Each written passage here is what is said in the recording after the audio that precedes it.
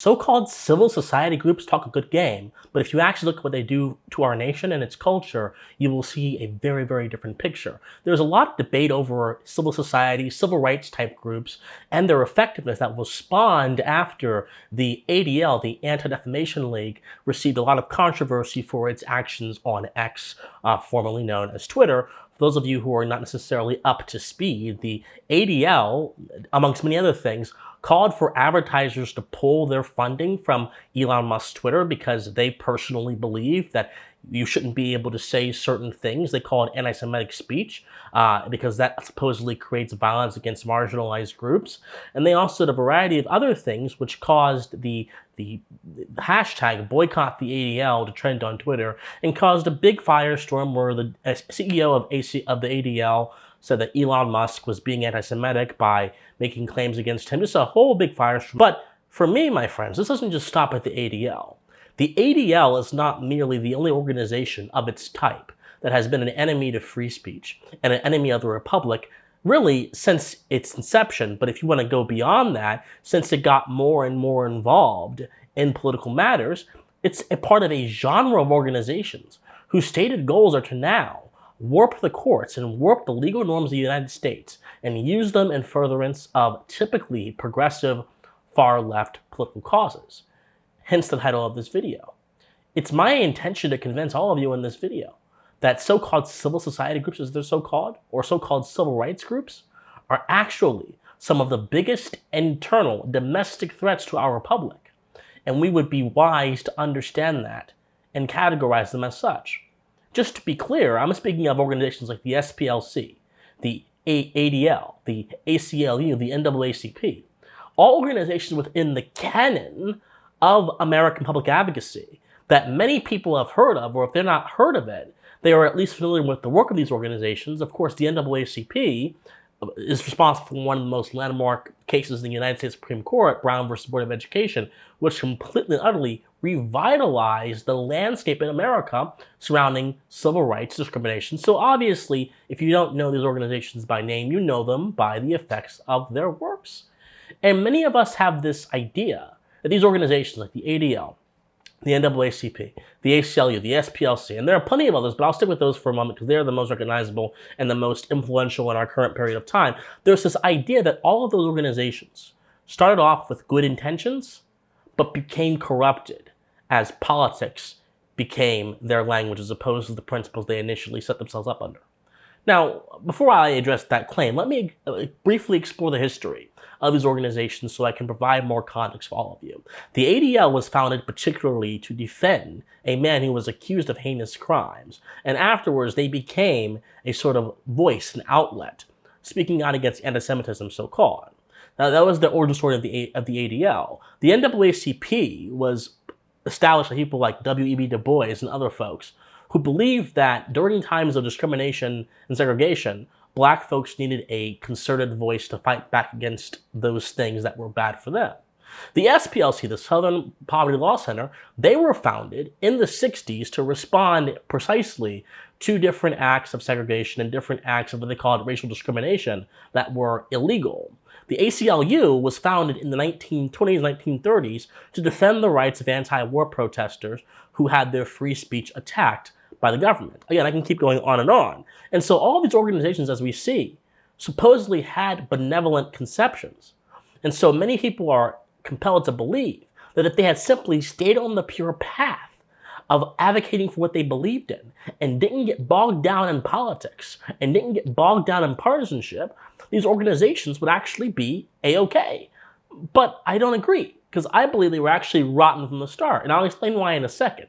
Because it has to do with the proximity of these organizations to political power and the indispensable effect political power has on an organization, no matter what it is. If your organization or your movement or your cause is close to political power or requires political power to succeed, you will inevitably have a corrupt end result that will end in either enabling social tyrants to use that cause as a tool to further their ends, or it will end in the corruption of your organization to its destruction.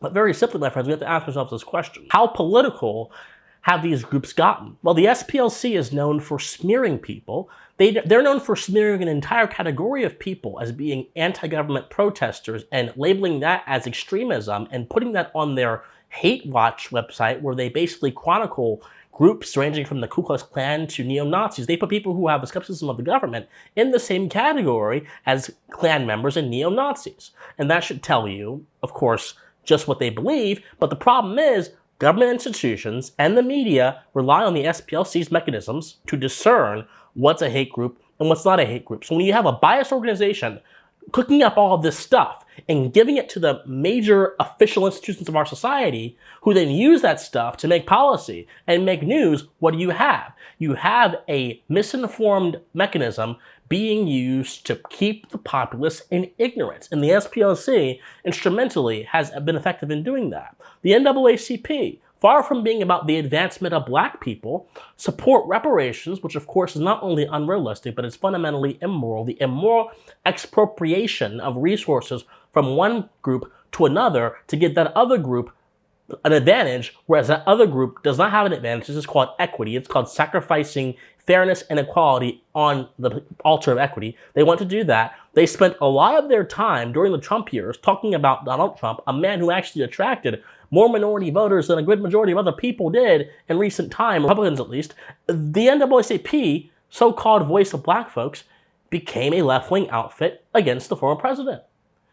The ACLU had the same problem. The ACLU used to be a beacon of free speech, so to speak, but slowly they became a voice for left-wing causes and began questioning their own core mission, which is to sustain the First Amendment and to ensure that anyone, regardless of how despicable their views are, had a place to speak. And yet during the Trump era, the New York Times reported that the ACLU's funding switched from free speech initiatives to the over 400 plus cases that the ACLU launched against Donald Trump and in defense against things like transgender rights and all kinds of other things that have nothing to do with their initial goals. And the ADL, of course, has been someone who has attacked Catholics, have attacked Christians in the past, arousing the ire of them. It's someone that has been advocating for the restriction of freedom of expression in the name of protection. Look at what happened with Facebook. The ADL basically shook down Facebook's advertisers in order to get them to commit to a censorious regime, which their platform is now notorious for, perhaps even more notorious, or just about as notorious than TikTok, which is by far the worst big tech platform when it comes to censorship. So it's no question, these organizations have become political and they have become deviant. But my friends, whenever you create a public advocacy group that talks about a particular issue near and dear to society, you have to understand that there are going to be few ways for you to interact with that issue and the viewpoints of many people beyond taking on the political mantle. Why is that? Because, my friends, the personal became political a long time ago. This was the mantra of the philosophy of second-wave feminism. The personal is political, which basically meant, they meant a few things. They meant fundamentally that the structure of the family, which in their opinion favored the man, the patriarchy, had implications for the existence of the female in society, and therefore that form of governance, patriarchy, was political. But they also meant that it is now also the duty of women in society to liberate themselves from general norms that supposedly held them down and kept them down, and that would also require involvement in the public realm, i.e. the political. And so when the personal becomes political, and regardless of how true that is, because it's not true, the personal is not political, there is a separation between politics and between the private life, and this separation is endemic to a society that understands the proper role of government. This separation is endemic to a society that understands the proper dimension of governmental action. But when a society does not understand that government does not belong in the family room, it does not belong in the community, it instead belongs, I'll get into where it is, that society can no longer provide a safeguard against tyranny. That society will fall to whatever the government wants to do because the legitimacy is already there. And these organizations have taken advantage of this blurring of distinctions between the private and the public realms, and they have used it to remake society in their own image. The SPLC does what is called impact litigation, where they go and they basically sue people and they use lawsuits to shape law. They use lawsuits to eventually, hopefully, get it up to the Supreme Court and shape law, which is a practice that's become quite popular amongst progressive attorneys for the past 50, 60 years, and which undercuts and undermines the proper legislative processes that we are meant to go to create law. So this impact litigation is actually a very big part of the so-called judicial review. NAACP does the exact same thing. The ADL, for example, they train the FBI and agents in how to be tolerant, apparently. And in training them to how to be tolerant, they spread their influence throughout these organs of government. And of course, we understand that all these government agencies are not made better by these trainings. They are simply given more pretenses by which they can suppress people who have unfavorable views from these trainings. I can keep going on and on and on. But whenever you get involved in advocating for these issues, you cannot ignore the relationship these issues have to power. And if the personal truly is political, you can especially not ignore the amount of proximity the government has to certain issues, which then makes it almost necessary for the government to get involved in your advocacy of these issues. The truth is, my friends, these civil society organizations were corrupt from the root because they don't recognize the fact that the government intrusion into society, the sort of redefinition of what the community is, the redefinition of what the family is, the redefinition of what it means to have a social fabric independent of authority, the redefinition and the reworking of the relationship between the people and authority, all these things, which have occurred over the past 60 plus years, have changed the nature of political advocacy. This is the philosophical point people don't understand. The closer you are to authority, the more you take its image. And so you can have this idealistic vision of where you want your organization to go and where you want a cause to go. You can say that we fight against anti-Semitism. You can say that we fight for the preservation of black people. You can have all these views in your head, these egalitarian views. But when it really comes down to it, the people in charge of these missions are people who are motivated, or at least in part motivated, by the pursuit of power, because many of them are convinced that power is the way they can actualize their goals, as opposed to doing it in a more moral way. If you have a bunch of people in these organizations who have a progressive mindset, they will not see society as independent of governmental authority. They will see governmental authority as instrumental to a healthy society. Which is why if you run one of these civil society organizations, you have to have the right values. Because power wielded with the right values is going to be used in a way that is more conducive to good things than power wielded with harmful values that will almost always lead to destruction. It's no secret why the SPLC smears people.